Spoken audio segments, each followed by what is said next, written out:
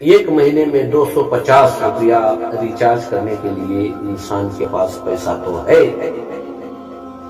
لیکن اسی کے محلے میں اگر کوئی بیوہ ہے، کوئی مجبور ہے، کوئی لاچار ہے، کوئی نہ کمانے والے، 50 روپے اس کے گھر تک پہنچانے کے لیے ہمارے پاس پیسہ نہیں۔ کیا دور آ چکا ہے، کیا زمانہ آ چکا ہے، کس دور سے ہم گزر رہے ہیں۔ ڈاکٹروں کو پیسہ دینے کے لیے تیار، لیکن کسی مظلوم کی مدد کر کے اس کی دعا لینے کے لیے تیار نہیں۔ دعاؤں سے اعتبار اٹھ چکا ہے انسان کا، دعاؤں سے انسان کا اعتبار اٹھ چکا ہے۔ اسی لیے آج یہ پریشانیوں کا جو ماحول ہمارے ساتھ ہے، یہ معاملات، بیماریاں، ڈاکٹروں کے پاس جانا، یہ سب کچھ اس لیے ہو رہا ہے کہ ہمارے اندر سے سخاوت ختم ہو رہی ہے۔ حضور پاک صلی اللہ علیہ وسلم کی سیرت میں کامیابی ہی کامیابی ہے۔